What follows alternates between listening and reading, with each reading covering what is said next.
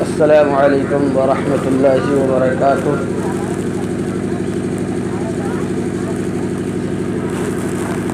الحمد للہ الذی ہدانا لہذا وما كنا لنہتدی لولا ان ہدانا اللہ ونشهد ان لا الہ الا اللہ وان محمدا عبده ورسولہ اما بعد فاعوذ باللہ من الشیطان الرجیم بسم اللہ الرحمن الرحیم لقد كان لكم في رسول الله أسوة حسنة وقال الله تبارك وتعالى في موضع آخر يا أيها الذين آمنوا ادخلوا في السلم كافة ولا تتبعوا خطوات الشيطان إنه لكم عدو مبين وقال النبي صلى الله تعالى عليه وسلم ألا وإن في الجسد مضغة فإن صلحت صلح الجسد كله وإن فسدت فسد الجسد كله وهي القلب رواه ابن ماجہ۔ کیا بتاؤں اے مسلمان تجھ سے نادانی تیری، کیا بتاؤں اے مسلمان تجھ سے نادانی تیری، نام کو بس رہ گئی ہے اب مسلمانی تیری۔ تھا کبھی حیراں زمانہ تیری شوکت دیکھ کر، تھا کبھی حیراں زمانہ تیری شوکت دیکھ کر، نام کو بس رہ گئی اب مسلمانی تیری۔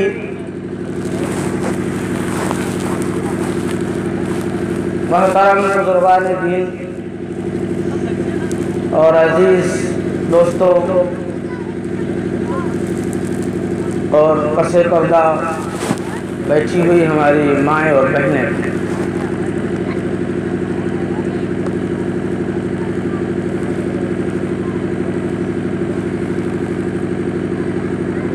آپ حضرات کو دیکھ کر بہت خوشی ہو رہی ہے، اس لیے کہ حدیث کے اندر آتا ہے کہ جہاں پر اللہ اور اللہ کے نبی کا ذکر ہوتا ہے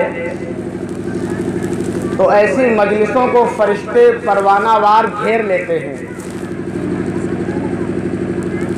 اور ایسی مجلسوں کے اوپر اللہ کی رحمت نازل ہوتی ہے، سکینہ نازل ہوتی ہے،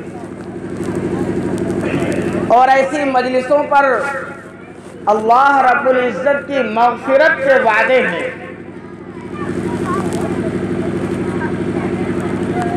اس لیے آپ حضرات کو دیکھ کر بہت ہی خوشی ہو رہی ہے کہ آپ ایسی مجلس کے اندر بیٹھے ہوئے ہیں جس مجلس پر مغفرت کے وعدے، لیکن بڑے افسوس کے ساتھ یہ بات بھی کہنے کو دل چاہ رہا ہے کہ جس مقصد کے لیے اس مجلس کا انعقاد کیا گیا وہ مقصد بہت وسیع تھا اور بڑی کوششیں اور کاوشیں اور بڑی محنتیں کی ہیں اس مجلس کو اس انتہا تک لانے کے لیے، جس میں مبارکباد دیتا ہوں جناب حافظ محمد عامر صاحب کو، جنہوں نے انتھک محنت کی ہے۔ اپنی اس کم عمری کے حساب سے انہوں نے بڑی محنت کی ہے، بڑی محنت کی ہے اور بڑا دماغ لگایا، ورنہ اتنا چھوٹا سا نوجوان، اتنا چھوٹا سا کم عمر بچہ، اتنا زیادہ سوچنا اور اتنا بڑا انتظام کرنا یہ بڑی بات تھی، لیکن اس کے حوصلے کو پست کر دیا ہم لوگوں نے، ہماری بستی کے لوگوں نے۔ جتنے حضرات ہمارے سامنے بیٹھے ہوئے ہیں اس سے زیادہ اور کہیں زیادہ تو اس چھوٹی سی بستی کے اندر لوگ ہیں،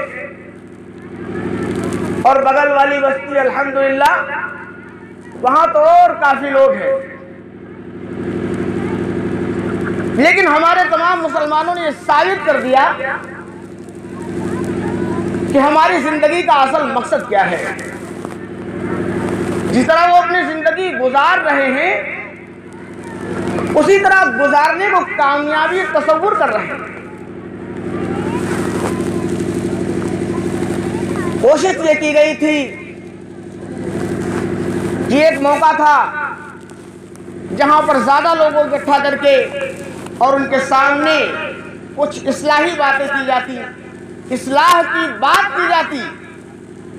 آپ نے دیکھا ٹائٹل اس جلسے کا اصلاح معاشرہ کے نام سے یہ جلسہ کیا جا رہا ہے،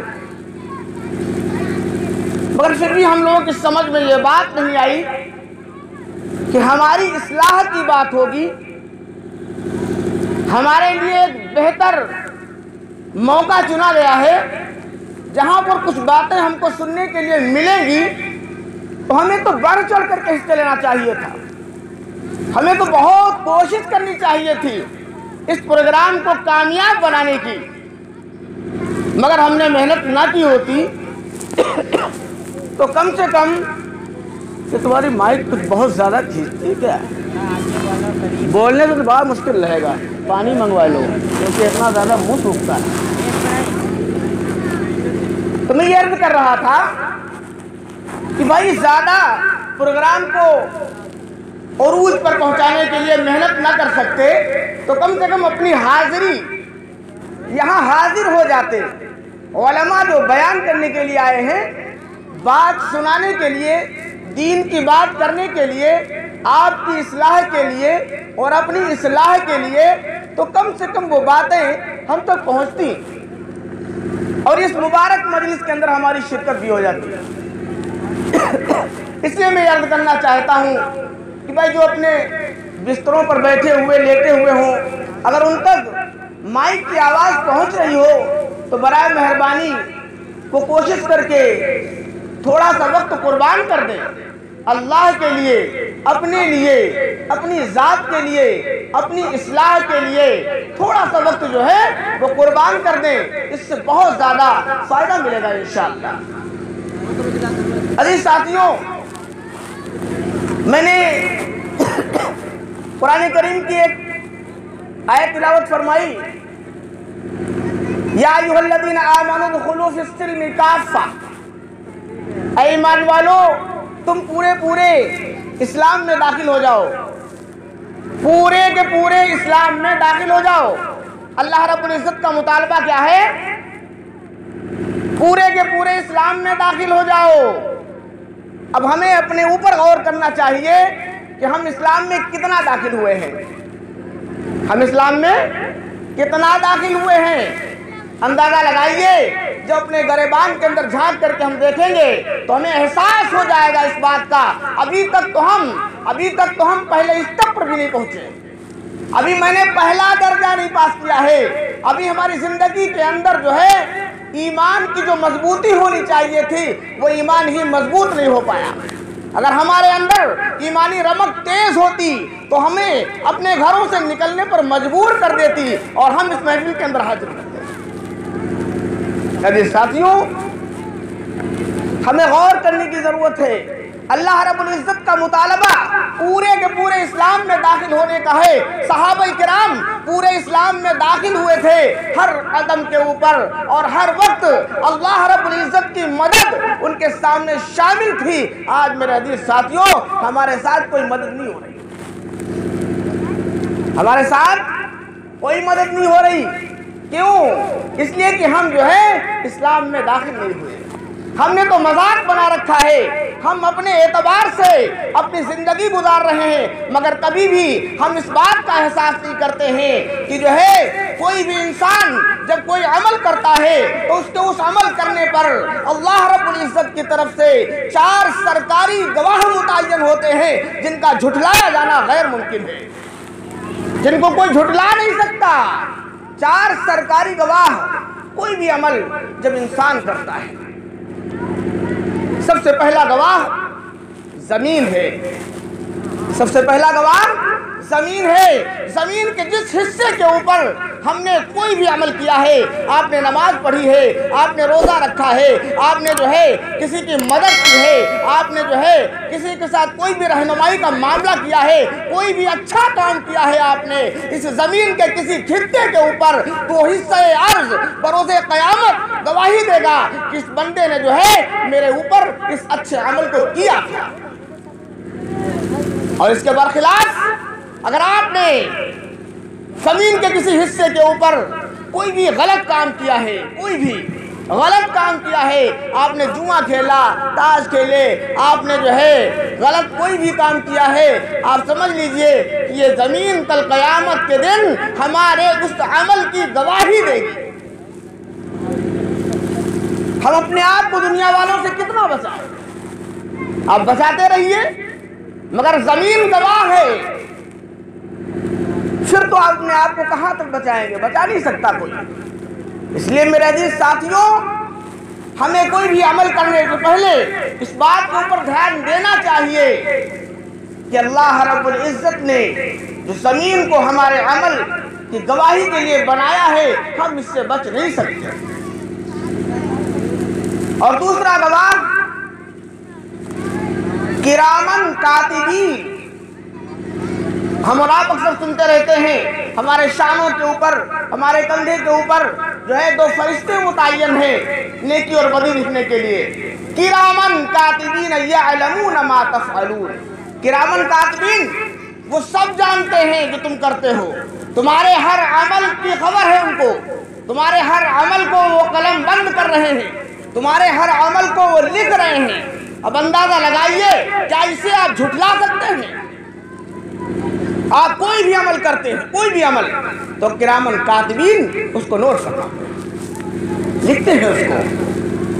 کتنا آسان ہو گیا ہے آج اس دور کے اندر جو ہے بہت سی باتوں کا سمجھنا، بہت سی باتوں کا سمجھنا بہت آسان ہو گیا ہے۔ اکثر آپ لوگ جو ہے موبائلوں کے اندر جو ہے موویز بنایا کرتے ہیں، اور جو ہے کافی عرصہ گزر جاتا ہے، یہاں تک کہ شادیوں کے اندر ویڈیو کیسٹ لوگ بناتے ہیں اور 50 60 سال گزر جاتے ہیں، 70 سال گزر جاتے ہیں، اور اس کے بعد جب اس کو جو ہے دیکھا جاتا ہے تو بس وہی پرانی جب شادی ہوئی تھی وہ تمام کی تمام تصویریں آپ کو سامنے دکھائی دیتی ہیں۔ اتنا اس ٹیکنالوجی اور اس سائنٹیفک دور کے اندر اتنا سب کچھ ہے کہ ایک بار وہ 70 اور 80 سال 100 سال کی پرانی باتیں ہم دنیا کے اندر دیکھ رہے ہیں۔ اللہ رب العزت اس بات پر قادر ہے کہ ہماری زندگی کے سارے اعمال کو کل قیامت کے دن ہمارے سامنے رکھتے ہیں۔ کوئی انکار کر سکے گا؟ اس وقت نہیں انکار کر سکتا۔ اس لیے میرے عزیز ساتھیوں، ہر انسان کو اپنی زندگی ذرا غور فکر کر کے اور سوچ سمجھ کر کے گزارنی چاہیے، سوچ سمجھ کر کے گزارنی چاہیے۔ اسی لیے اللہ تبارک و تعالیٰ نے ہم کو اور آپ کو اتنا وقت دیا ہے۔ حضرت علی رضی اللہ تعالیٰ عنہ فرماتے ہیں کہ مدت فیصلہ 60 سال ہے۔ اللہ رب العزت نے زندگی کا اتنا بڑا اولم نعمرکم ما تذکر فیہ من تذکر وجاءکم النذیر، اللہ فرماتے کہ ہم نے تم کو عمر کا اتنا بڑا حصہ جو دیا ہے اسی لیے کہ اپنے لیے کوئی لاہے عمل تیار کر لو، سوچ سمجھ کر فیصلہ کر لو۔ حالانکہ تمہارے پاس تمہیں ڈرانے والے بھی آئے، مگر افسوس تم نے ذرا بھی پرواہ نہیں۔ آدمی اپنے اعتبار سے اپنی زندگی گزار رہا ہے۔ اس لیے میرے عزیز ساتھیوں، دوسرا گواہ جو ہر وقت ہمارے ساتھ میں ہے اور ہمارے ہر عمل کو لکھ رہا ہے، کرامن کاتبین۔ اب آپ سمجھ جائیے ہماری جس طرح کی زندگی گزر رہی ہے، جیسی منمانی زندگی ہم لوگ گزارتے ہوئے چلے جا رہے ہیں، اس سے کام بننے والا نہیں ہے۔ ہم یہ سمجھیں کہ ہم نے کلمہ پڑھا لا الہ الا اللہ محمد الرسولullah تو ہماری زندگی کے اندر تبدیلی آنی چاہیے، غیروں سے الگ ہونی چاہیے ہماری زندگی۔ ذرا بتائے کوئی ہماری زندگی گزارنے کے طریقے میں اور غیروں میں کیا فرق باقی رہا ہے؟ ہماری زندگی کے اندر نمازیں نہیں، ہماری زندگی کے اندر روزے نہیں، ہم اپنے اعتبار سے اپنی زندگی گزارنے لگے۔ جتنے برے کام ہیں وہ آج مسلمان کر رہا ہے، جتنے غلط اور فحش کام ہے وہ آج مسلمان کر رہا ہے۔ مسجدوں کے سامنے کھڑے ہونے پر بھی ہمیں احساس نہیں ہوتا کہ نماز ہمارے اوپر فرض کی گئی ہے اور نماز اللہ کے نبی کی آنکھوں کی ٹھنڈک ہے، ہم پھر بھی مسجدوں کے اندر نہیں جاتے۔ دنیا کے تمام برے کاموں کے اندر ہم شامل ہیں، لیکن پھر بھی ہمیں کبھی اس بات کا احساس نہیں ہوتا۔ وہ نبی جو ساری زندگی روتا رہا، جو اس امت کے لیے ہمیشہ اپنے آپ کو لگاتا رہا، یہاں تک کہ احادیث کے اندر آتا ہے کل قیامت کے دن جب قیامت کے دن تمام کے تمام نبی جمع ہوں گے اور سب کے سب نبی یا نفسی اور نفسی کہہ رہے ہوں گے، ہمارا نبی جناب محمد الرسول اللہ صلی اللہ علیہ وسلم اس وقت بھی امتی اور امتی کہہ رہے ہوں گے۔ عزیز ساتھیوں، اس امت کو سوچنا چاہیے، وہ نبی اس وقت بھی امتی اور امتی کہہ رہا ہوگا۔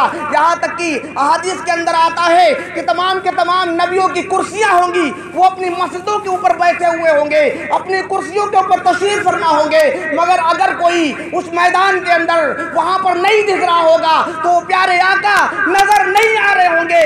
لوگ تلاش کریں گے پیارے نبی کہاں ہے، نبی تو ایک کنارے ملیں گے اور اس وقت جو ہے پوچھا جائے گا سارے کے سارے نبی اپنی کرسیوں پر بیٹھے ہوئے ہیں، پیارے نبی آپ اپنی مسند کیوں نہیں لے رہے ہیں؟ اللہ کے نبی صلی اللہ علیہ وسلم فرماتے ہیں اے لوگوں، جب تک میری امت کی مغفرت نہیں ہو جاتی اس وقت تک میں کیسے کرسی پر بیٹھ جاؤں؟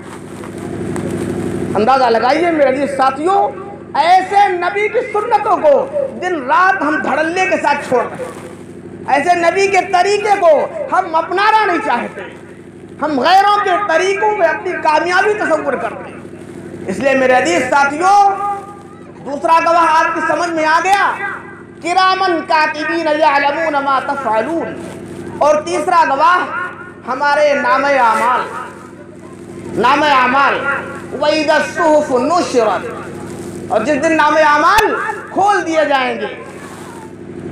میرے عزیز ساتھیوں، مفسرین نے لکھا ہے کہ کل قیامت کے دن ایک ہوا چلے گی اور نامہ اعمال سب کے ہاتھ میں ہوں گے، تو انسان جب نامہ اعمال اس کے سامنے آئے گا، مَا لِهَذَا الْكِتَابُ لَا يُغَادِرُ صَغِيرَةً وَلَا كَبِيرَةً إِلَّا أَحْصَاهَا، انسان کہے گا ارے اس کو کیا ہو گیا، اس نامہ اعمال کو کیا ہو گیا کہ اس نے تو ذرا سی کوئی بات نہیں چھوڑی، وہ بات جو میں نے بطور مذاق کے محض دل لگی کے لیے کہی تھی وہ بات بھی اس میں لکھی ہوئی ہے۔ اس نامہ اعمال کے اندر سب کچھ لکھا ہوگا، ساری باتیں لکھی ہوں گی۔ اس لیے میرے ساتھیوں، ہمیں اور آپ کو زندگی گزارنا ہے تو جو ہے ایک ٹارگٹ بنائیں اور اپنی زندگی کا مقصد پہچانیں، اپنی پیدائش کا مقصد پہچانیں، تب جا کر کے زندگی گزارنے کا مزہ ہوگا اور ہم فائدہ اٹھا سکیں گے۔ دنیا کی تمام چیزوں نے اپنی پیدائش کے مقصد کو بھلایا نہیں ہے، اپنی پیدائش کے مقصد کو بھلایا نہیں ہے۔ سورج نے اپنی پیدائش کے مقصد کو نہیں بھلایا، چاند نے اپنی پیدائش کے مقصد کو نہیں بھلایا۔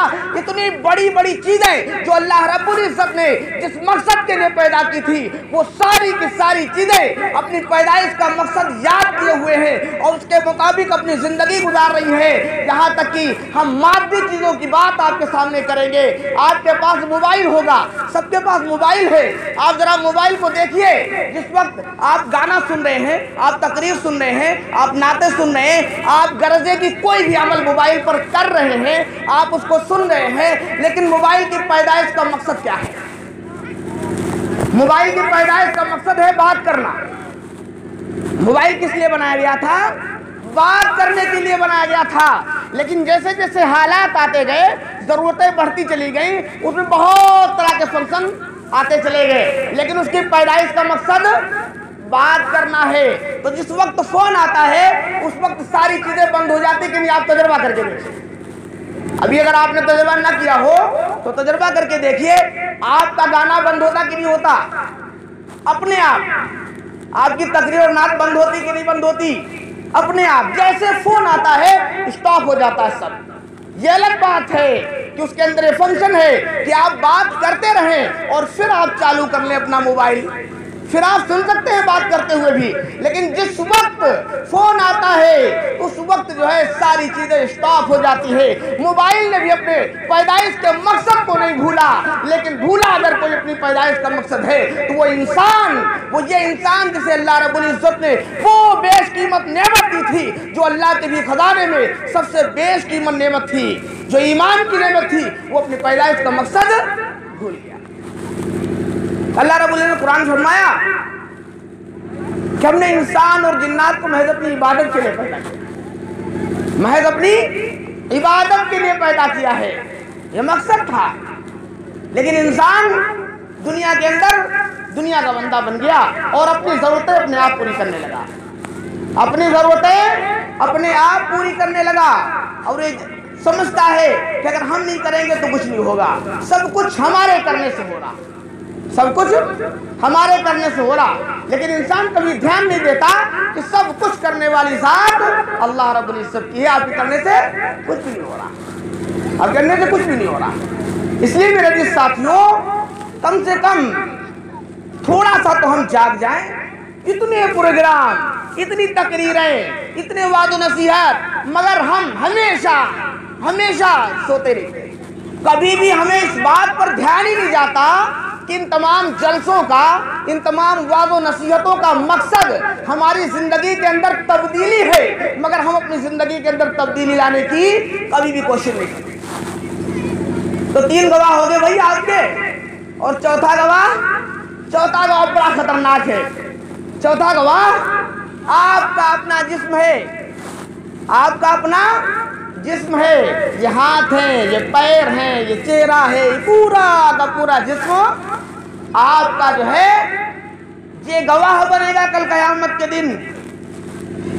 کتنی حفاظت کرتے ہیں اپنے ہاتھوں کی، ہاتھ کے اندر کوئی تکلیف ہو جائے فوراً ڈاکٹر کو دکھاتے ہیں، پیر کے اندر کوئی تکلیف ہو جائے فوراً ڈاکٹر کو دکھاتے ہیں، اپنے جسم کی حفاظت کے لیے بہت کچھ کرتے ہیں، لیکن یہ جسم اصل نہیں ہے، یہ جسم اصل نہیں ہے۔ اصل تو جسم کے اندر روح ہے، لیکن جسم کی حفاظت کے لیے ڈاکٹر بنائے گئے دنیا کے اندر، ان کی پڑھائی ہو رہی ہے، ہر پارٹ کا ڈاکٹر الگ الگ ہے، لیکن بروز قیامت یہ جسم کیا کہے گا؟ گواہی دے گا۔ اليوم نختم على افواههم وتكلمنا ايديهم وتشهد ارجلهم بما كانوا يكسبون۔ یہ جسم، یہ ہاتھ گواہی دیں گے کل قیامت کے دن، یہ پیر گواہی دیں گے ہماری کرتوتوں کی، ہم نے کیا کیا ہے، ساری چیزوں کی گواہی ہمارا جسم دے گا۔ یہ چوتھا گواہ ہے۔ کیا اسے کوئی جھٹلا سکتا ہے؟ آپ نے اپنے ہاتھوں سے چوری کی، آپ نے لوگوں سے چھپا لیا، لیکن کل قیامت کے دن ہاتھ بتا دے گا۔ آپ نے اپنے چہرے کا استعمال غلط کیا، آپ نے پیروں کا استعمال غلط کیا، لیکن کل قیامت کے دن یہ ہمارا جسم بتا دے گا، اللہ رب العزت نے کہے گا کہ ہمیں غلط استعمال کیا گیا ہے، ہمیں غلط استعمال کیا گیا ہے۔ یہاں پر میں آپ کو ایک بات اور بتانا چاہتا ہوں، وہ یہ ہے کہ آپ سمجھ لیجئے کہ جسم اصل نہیں ہے، اصل روح ہے، اصل روح ہے۔ تو زیادہ حفاظت کی ضرورت کس کی ہونی چاہیے؟ جسم کی ہونی چاہیے کہ روح کی ہونی چاہیے؟ میں آپ کو مثال دیتا ہوں۔ انسان 2 چیزوں کا مرکب ہے، انسان 2 چیزوں سے بنا ہے، ایک جسم اور ایک روح، ایک جسم اور ایک روح۔ اب مثال کے طور پر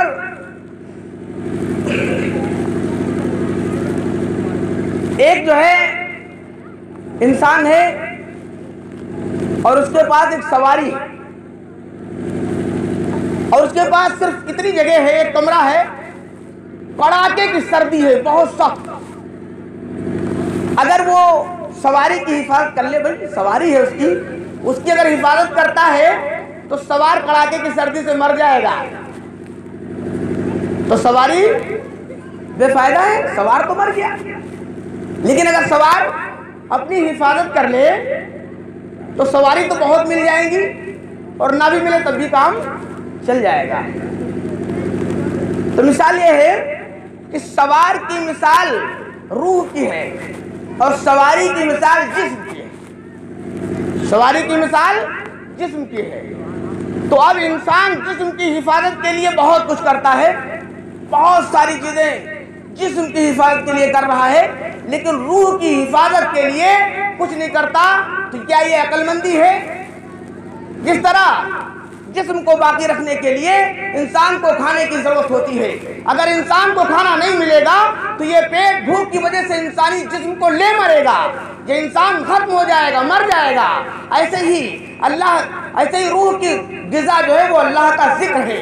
اگر روح کو ذکر اللہ نہیں ملے، اللہ کا ذکر نہیں ملے گا تو یہ روح کمزور ہو جائے گی، یہ روح مردہ ہو جائے گی۔ پھر اس روح کے اندر کیا ہوگا؟ حلال اور حرام کی تمیز نہیں رہے گی، اچھے اور برے کی تمیز نہیں رہے گی۔ آج ذرا اندازہ لگائیے اس بات کو سن کر کے ہماری روح کتنی کمزور ہے کہ آج ہمیں احساس نہیں ہوتا کہ کیا جائز ہے اور کیا ناجائز ہے۔ جو دل میں آتا ہے وہی ہم کرتے ہیں، جائز اور ناجائز نہیں دیکھتے۔ اگر ہماری روح مضبوط ہوتی، ہماری روح جاندار ہوتی تو ہمیں ہر قدم پر یہ احساس ہوتا کہ یہ چیز جائز ہے یا ناجائز، یہ اچھا ہے یا برا، یہ غلط ہے یا صحیح، یہ ہمیں کرنا چاہیے یا نہیں کرنا چاہیے۔ پورا اسلام یاد آ جاتا میرے اللہ کا حکم کیا ہے، میرے نبی کا حکم کیا ہے۔ یہ ساری باتیں ہماری اس وقت ذہن میں آ جاتی، لیکن ہماری روح اتنی کمزور ہو چکی ہے کہ ہمیں احساس ہی نہیں ہوتا کہ یہ کیا ہے۔ بس ہمیں تو صرف کرنے سے مطلب ہے، جو بھی ہے بس صحیح۔ اس لیے میرے عزیز ساتھیوں، یہ دنیا ساتھ نہیں دے گی۔ اس دنیا کی مثالیں بنائی اللہ رب العزت، جہاں پر ہم اپنی زندگی، اتنی قیمتی زندگی، اتنے قیمتی لمحات اور اوقات جو اللہ رب العزت نے دیے ہیں، ان کو یوں ہی ضائع کر رہے ہیں ہم، یوں ہی ختم ہوئے چلے جا رہے ہیں، لیکن کبھی بھی احساس نہیں ہوتا کہ ہماری زندگی اتنی قیمتی ہے۔ اسے جو ہے سنبھال کر کے رکھنا چاہیے۔ اللہ رب العزت نے قرآن میں فرمایا وَسَارِعُوا إِلَىٰ مَغْفِرَةٍ مِّن رَبِّكُمْ، اللہ کی مغفرت کی طرف تیزی سے دوڑو، جلدی کرو اللہ کی مغفرت کی طرف۔ لیکن دنیا کا انسان دنیا کے پیچھے چلا جا رہا ہے اور دنیا اسے ٹھوکر اور لات مار رہی ہے، مگر پھر بھی یہ انسان دنیا کا پیچھا نہیں چھوڑتا۔ دنیا کی قدر و قیمت اللہ رب العزت کے نزدیک کچھ بھی نہیں ہے۔ حدیث کے اندر بھی ہے ان الدنیا خلقت لکم وانکم خلقتم للآخرہ، اللہ رب العزت نے دنیا کو تمہارے لیے بنایا ہے مگر تمہیں اپنے لیے بنایا ہے۔ اللہ رب العزت نے دنیا کو اور دنیا کی تمام ساری چیزوں کو اللہ رب العزت تمہارے استعمال کے لیے بنایا ہے، تمہارے استعمال کے لیے، تمہارے فائدے کے لیے۔ اب اندازہ لگائیے ساری چیزیں ہمیں فائدہ دے رہی کہ نہیں دے رہی؟ ساری چیزیں فائدہ دے رہی، سورج ہمیں فائدہ دے رہا، چاند ہمیں فائدہ دے رہا، پانی ہمیں فائدہ دے رہا، آسمان ہمیں فائدہ دے رہا، تمام کے تمام پہاڑ، دریا، ندی، نالے، دنیا کی کائنات کی ساری چیزیں، جتنے بھی جتنے بھی کیڑے مکوڑے اور 18,000 مخلوقات اللہ رب العزت نے جو اس دنیا کے اندر پیدا فرمائی، ساری کی ساری چیزیں اپنے مقصد میں کامیاب ہیں اور وہ ہمیں نفع پہنچا رہی ہیں، مگر اللہ رب العزت نے ہم کو اور آپ کو محض اپنے لیے پیدا فرمایا تھا، مگر ہم اس پر گامزن نہیں ہیں، ہم اپنے مقصد میں کامیاب نہیں ہیں، ہم کبھی بھی ان تمام باتوں پر دھیان نہیں دیتے، اپنی زندگی یوں ہی گزارتے چلے جاتے ہیں۔ اس لیے میرے عزیز ساتھیوں، میں آپ کو مثال دوں، آپ اندازہ لگائیے، جو میں نے کہا جسم اصل نہیں ہے، روح اصل ہے، اس کی مثال میں ایک آپ کے سامنے اور دیتا ہوں۔ آپ رات میں سو رہے ہیں، آپ نے خواب دیکھا، خواب میں آپ نے دیکھا کہ ایک شیر آیا ہے، اور شیر نے آپ کے منہ پر پنجہ مار دیا، شیر نے آپ کے منہ پر پنجہ مار دیا۔ آپ نے خواب میں دیکھا، آپ نے شور گل کر کے بس پریشان ہو گئے، کھڑے ہو گئے، اتنا گھبراہٹ، اتنا آپ کے چہرے سے گھبراہٹ کے آثار نمایاں ہیں، آپ کے جسم سے ایسا لگ رہا کتنا ڈرے ہوئے ہیں۔ لیکن ذرا اندازہ لگائیے، جب آپ نے دیکھا تو کیا آپ کے چہرے پر واقعی شیر کا پنجہ بنا تھا؟ کیا شیر نے واقعی آپ کے چہرے پر پنجہ مار دیا تھا؟ ایسا تو کچھ بھی نہیں ہوا تھا، ایسا کچھ بھی نہیں ہوا، لیکن آپ کو تکلیف ہوئی کہ نہیں ہوئی؟ پتہ یہ چلا روح کو تکلیف ہوئی تھی، جس کا اظہار جسم پر ہوا ہے، اس لیے پتہ چلا کہ اصل تو روح ہی ہے، ورنہ جسم پر شیر کا پنجہ بھی ہونا چاہیے۔ اس لیے میرے عزیز ساتھیوں، ہم کو اور آپ کو بے فکری اور لاپرواہی کی جو چادر ہم نے اوڑھ رکھی ہے اس کو ذرا سا اپنے اوپر سے اتار دو، اپنے اوپر سے اتار دو اور فکر مندانہ زندگی گزارنے کی کوشش کرو، اچھی طرح اپنی زندگی گزارو، سچ بولو، ایمانداری والے کام کرو، لوگوں سے اچھی طرح ملو۔ آج تو صرف بےایمانی ایک ایمان والا 24 گھنٹے اپنی زندگی بے ایمانی کے اعتبار سے گزارتا رہا، بتائیے اس کی زندگی کا کوئی مول ہے؟ اس کی زندگی گزارنے سے کیا ہے؟ اس دنیا کے اندر کوئی فائدہ اس کا ملے گا؟ کچھ بھی نہیں ہوگا۔ جب زندگی ایمانداری والی گزرے گی تو دنیا میں بھی فائدہ ملے گا اور آخرت میں بھی اس کا فائدہ انشاءاللہ ملے گا۔ اس لیے میرے عزیز ساتھیوں، ہم اور آپ کو یہ کوشش کرنی ہے کہ اپنی زندگی ایمانی اعتبار سے گزاریں اور آخرت کو سامنے رکھ کر کے گزاریں، آخرت کو سامنے رکھ کر کے گزاریں۔ آدمی جو ہے اس کے پاس ذرا سا بھی وقت نہیں ہے اور وہ پریشان حالت میں زندگی گزار رہا ہے اور دنیا کے پیچھے پڑا ہوا ہے، سوچتا ہے اگر ایمانداری کی طرف ذہن جاتا بھی ہے تو سوچتا ہے مجھے دنیا کا نقصان ہو رہا، ہماری دنیا کا ہمیں نقصان ہو رہا، یہاں تک کہ دکان بند کر کے نماز پڑھنے پہ نقصان، اپنے کھیت میں بھی کچھ بھی کر رہا نقصان، آدمی کاروبار کے اندر لگا نقصان، دکان کوئی بھی چیز ہے صرف نماز کے لیے اگر وقت تھوڑا سا نکالتا ہے تو اسے تکلیف محسوس ہوتی ہے۔ میرے عزیز ساتھیوں، میں ایمانداری پہ آپ کو ایک مثال دوں۔ ایک تاجر تھا، بہت بڑا تاجر تھا، بڑا انتظام تھا اس کے پاس، بڑا سامان تھا، بڑی محنت کرتا تھا، بڑی محنت اور لگن کے ساتھ وہ تجارت کرتا تھا، مگر اس کو احساس ہوتا تھا کہ اس کی تجارت سے کچھ فائدہ نہیں ہو رہا، اس کی تجارت سے کچھ فائدہ نہیں ہو رہا۔ لوگوں سے کہا بھئی ہم کو کچھ فائدہ نہیں ہوتا، تو لوگوں نے کہا کہ ایسا کریے، فلاں جگہ پر ایک بزرگ صاحب رہتے ہیں، آپ ان کے پاس چلے جائیے اور آپ نے حاجت رکھیے، آپ اپنی بات بتائیے ان سے کہ بھئی تجارت میں کوئی فائدہ نہیں ہو رہا۔ وہ صاحب گئے ان کے پاس، اس نے کہا حضرت، وہ صاحب تھے، بزرگ تھے، ایک دم بیٹھے رہتے تھے، کچھ بات بھی نہیں کرتے تھے۔ انہوں نے کہا کہ حضرت میں بڑی تجارت کرتا ہوں، بڑا سامان، بڑا انتظام اور بڑا کام کرتا ہوں، لیکن مجھے اپنی تجارت سے کوئی فائدہ نہیں ملتا ہے۔ ان بزرگ صاحب نے سر اٹھایا اور ایک جملہ بول دیا، سر اٹھایا اور کہا بیٹا پورا تولا کرو۔ بس کیا کہا؟ کہا بیٹا پورا تولا کرو۔ اس شخص نے سوچا یار بزرگ صاحب کو کیسے پتا چل گیا کہ میں کم تولتا ہوں؟ میں نے تو ان سے کچھ بتایا نہیں، انہیں تو کوئی خبر نہیں تھی، لگ رہا واقعی یہ بزرگ ہے، کیونکہ انہوں نے کہہ دیا نا بیٹا پورا تولا کرو۔ وہ چلا گیا، صرف ایک جملہ بولا، وہ چلا گیا اور اتنا اللہ رب العزت نے کچھ ایسا دل کے اندر اس کے ڈالا، وہ بڑی ایمانداری کرنے لگا، وہ پورا تو تولنے ہی لگا، یہاں تک کہ اگر کوئی کسٹمر آ رہا تھا کہتا بھیا اپنے آپ تول لو، اپنے آپ تول لو، کوئی ٹینشن نہیں۔ یہاں تک کہ اگر کسی کے پاس کچھ زیادہ چلا تھا، نہیں ٹھیک ہے آپ لے جائیے، کوئی بات نہیں۔ اتنی ایمانداری اس نے دکھائی کہ وہ تولتا بھی نہیں تھا، بہت کم تولتا تھا، باقی کہتا تو خود تول لو، جاؤ لے جاؤ، زیادہ ہے تب بھی کوئی بات نہیں۔ اتنا ایمانداری کا کام اس نے کیا، ان بزرگ صاحب کے بات مان لی اس نے، تو اتنا فائدہ اس کا ہونا شروع ہوا ہے کہ 20 دکانیں چھوڑ کر کے لوگ 20 دکانیں چھوڑ کر کے لوگ اس کے پاس آتے تھے، کیونکہ سب کو یہ پتا چل گیا تھا وہ تاجر بڑا ایماندار ہے، وہاں کوئی دھوکہ نہیں ہو سکتا، وہاں کوئی دھوکہ نہیں ہو سکتا۔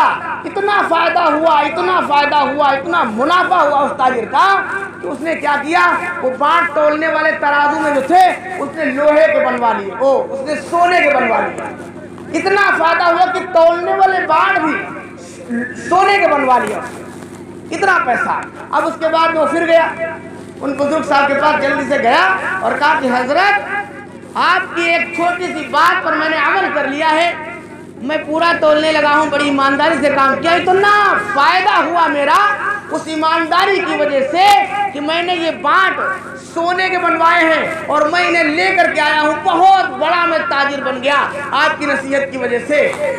انہوں نے جب یہ سنا کہ بانٹ سونے کے بنوا لیا ہے تو پھر ایک بار اپنا سر اٹھایا اور کہا بیٹا انہیں ندی کے اندر پھینک دو۔ کیا کہا؟ بیٹا انہیں ندی کے اندر پھینک دو۔ اس نے سوچا ہے تو سونے کے اور بڑے قیمتی ہیں، مگر ملے انہیں بزرگ کی جو ہے نصیحت سے، کہا چلو ہمت کرتے ہیں پھینک دیتے ہیں۔ کیا ہوا؟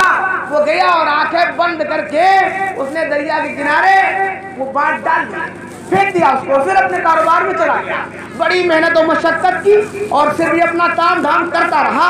ایک بار ایک قافلہ آ رہا تھا، چونکہ علاقے کا سب سے بڑا تاجر وہی تھا، اس لیے اسی کے پاس سب لوگ سامان خریدنے کے لیے آتے تھے۔ وہ قافلہ آ رہا تھا، برسات ہوئی ہوگی، سوکھ گیا ہوگا پانی، وہ لوگ کنارے کنارے چل رہے تھے دریا کے، ان کے پیر میں کچھ لگا، انہوں نے دیکھا تو دیکھا کہ سونے کا بانٹ ہے۔ کہا یہ بانٹ اتنا بڑا کوئی تاجر اس علاقے میں نہیں ہے، یہ بانٹ تو صرف اسی کا ہو سکتا ہے، وہ بھی اتنے ایماندار تھے، اتنا ایماندار قافلہ تھا کہ فوراً اس بانٹ کو لے کر کے اس تاجر کے پاس پہنچے اور کہا کہ بھیا دیکھیے یہ بانٹ تمہارا ہے۔ کہا ہاں ہاں یہ تو میرا ہی ہے، تمہیں کہاں سے مل گیا؟ کہا ہم آ رہے تھے، پیر میں کچھ لگا، میں نے دیکھا تو یہ بانٹ سونے کا تھا، سمجھ کے آپ ہی کا ہوگا۔ کہا اچھا سب تو دور کی بات ہے، پہلے مجھے بانٹ دیجئے، مجھے کام ہے کچھ۔ ارے کہا بتائیے وہاں پہنچے کیسے؟ کہا نہیں نہیں یہ بات تو بعد میں ہوگی، پہلے دے دیجئے بانٹ۔ وہ بانٹ لے کر کے وہ تاجر دوڑتا ہوا ان بزرگ کے پاس جاتا ہے اور کہتا ہے حضرت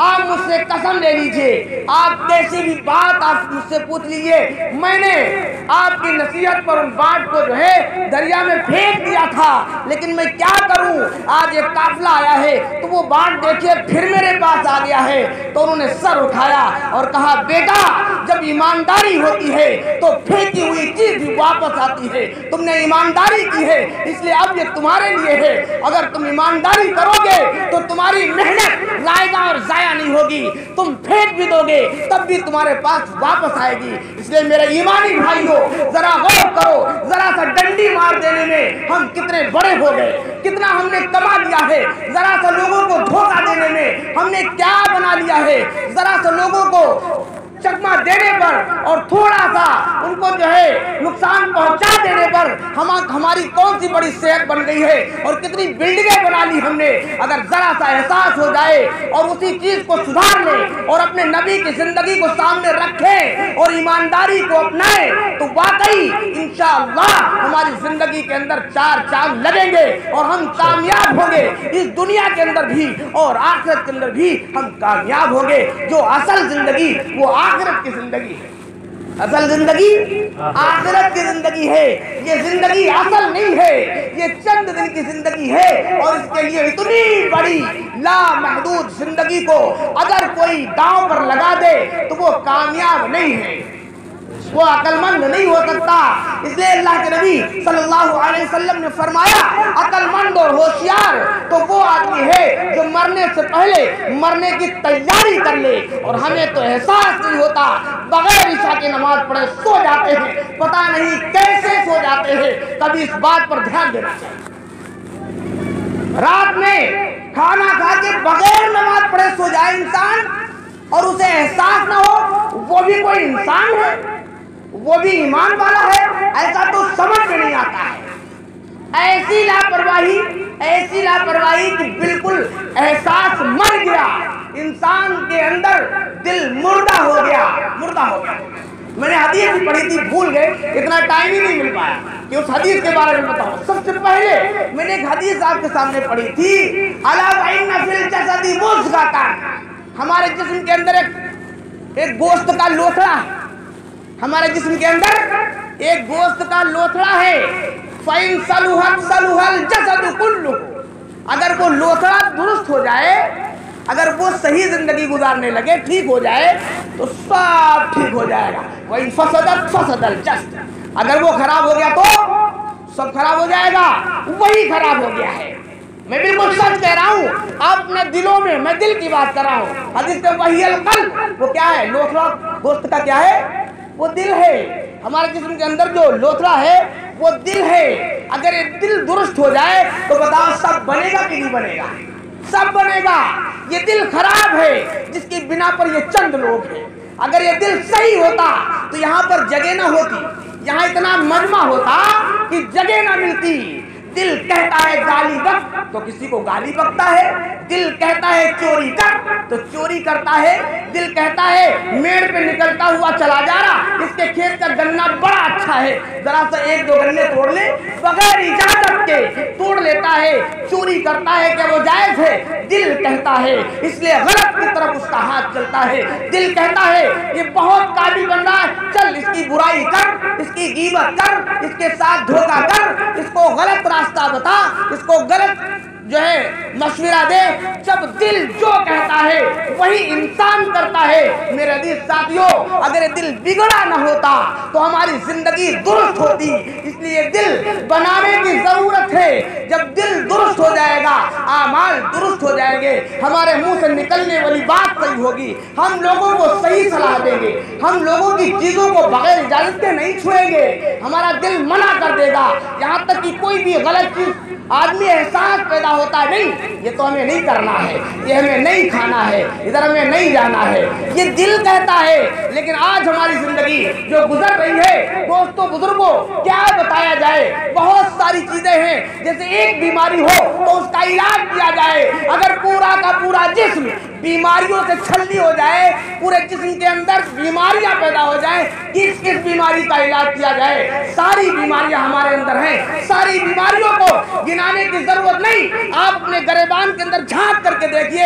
ہمارے اندر کون کون سی بیماری ہے۔ میں اس لیے یہ بات آپ حضرات کے سامنے کر رہا ہوں، اس مجلس کی اور اس جلسے کا اصل مقصد ہی یہی ہے کہ یہ اصلاح ہماری ہے۔ ہم اگر آج یہاں پر سوچیں گے اور ان باتوں کو سن کر اپنے دل کے اندر احساس پیدا کریں گے اور اپنے دل کو درست کرنے کی کوشش کریں گے اور اس بات کا عہد کریں گے کہ نمازوں کی پابندی کریں گے، کسی کے ساتھ بےایمانی نہیں کریں گے، ایمانداری کریں گے، اپنے تمام کاروبار کے اندر ایمانداری پیدا کریں گے، ہم ایک دوسروں کے ساتھ نیت خراب نہیں کریں گے، اچھے نیت کے ساتھ لوگوں کو دیکھیں گے اور لوگوں کے ساتھ جو ہے میل جول کریں گے، لین دین کا مسئلہ صاف رکھیں گے تو انشاءاللہ اس کا فائدہ ملے گا اور اسی مقصد کے ساتھ ہم اور آپ جمع بھی ہیں۔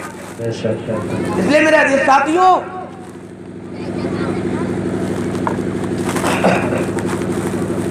آدمی چند صحیح تھوڑے سے لوگ ہیں، لیکن پھر بھی اگر اتنے ہی لوگ سوچ لیں، آج اس بات کا عزم کر لیں کہ آج مجھے اپنے اندر تبدیلی لانی ہے۔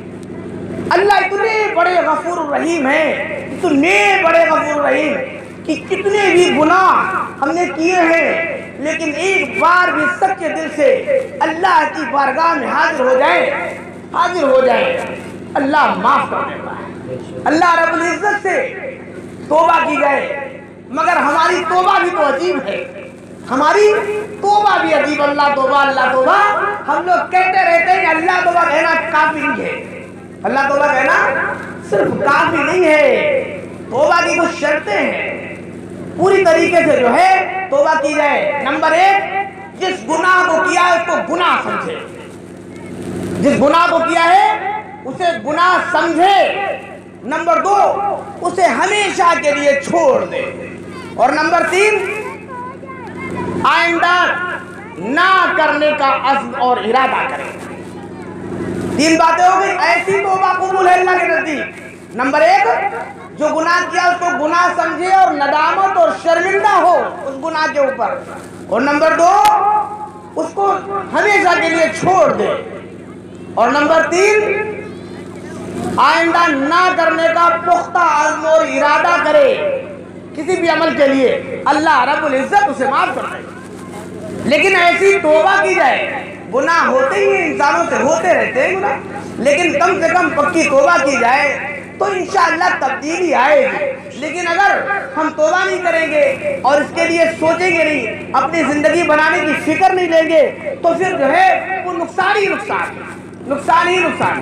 اس لیے میرے عزیز ساتھیوں، اپنی نیتوں کو درست کیا جائے اور اپنے جو ہے اپنے گریبان میں جھانک کر کے دیکھا جائے کہ کتنے غلط کام سے ہو جاتے ہیں، اور جو ہے ہم کبھی احساس نہیں کرتے اور کبھی توبہ بھی نہیں کرتے ہیں۔ لیکن اگر ہم توبہ کر لیں تو اللہ رب العزت ہمارے گناہوں کو معاف کر دیں گے، اور پھر ہم اچھی زندگی گزارنے لگے تو پھر اس دنیا کے اندر بھی کامیابی مل جائے گی اور آخرت کے اندر بھی کامیابی مل جائے گی۔ اس لیے میرے عزیز ساتھیوں، ہم سب آج اس بات کا عزم کریں، عہد کریں کہ انشاءاللہ ہم سب 5 وقت کی نماز پابندی کے ساتھ پڑھیں گے۔ مرد حضرات مسجدوں کے اندر اور ہماری مائیں بہنیں اپنے گھروں کے اندر آج کم سے کم اس بات کا عہد کر لے کہ انشاءاللہ ہم نماز نہیں چھوڑیں گے۔ اس لیے نماز تو چھوٹا موٹا عمل نہیں ہے، نماز تو ایسی ہے، فرمایا حدیث کے اندر ہے کہ نماز جو ہے وہ ایمان اور کفر کے درمیان ایک آڑ ہے۔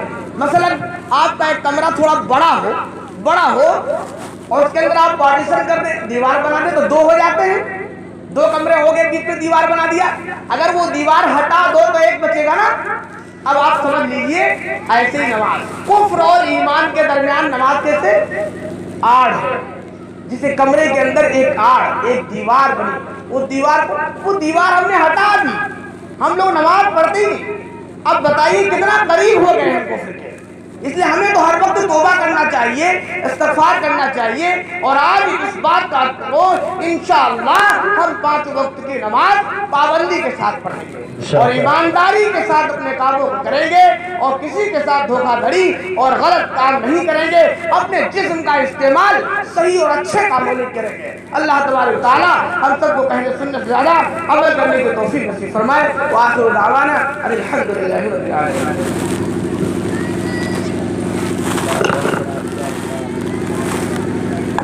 ماشاءاللہ دوستوں، جیسا حضرات کے سامنے حضرت مولانا سلیم اللہ صاحب مظاہری بہت ہی اچھے انداز میں بیان و خطابت سے اپنی تحریر سے ہم سامعین کو دلوں کو مستفید فرمایا۔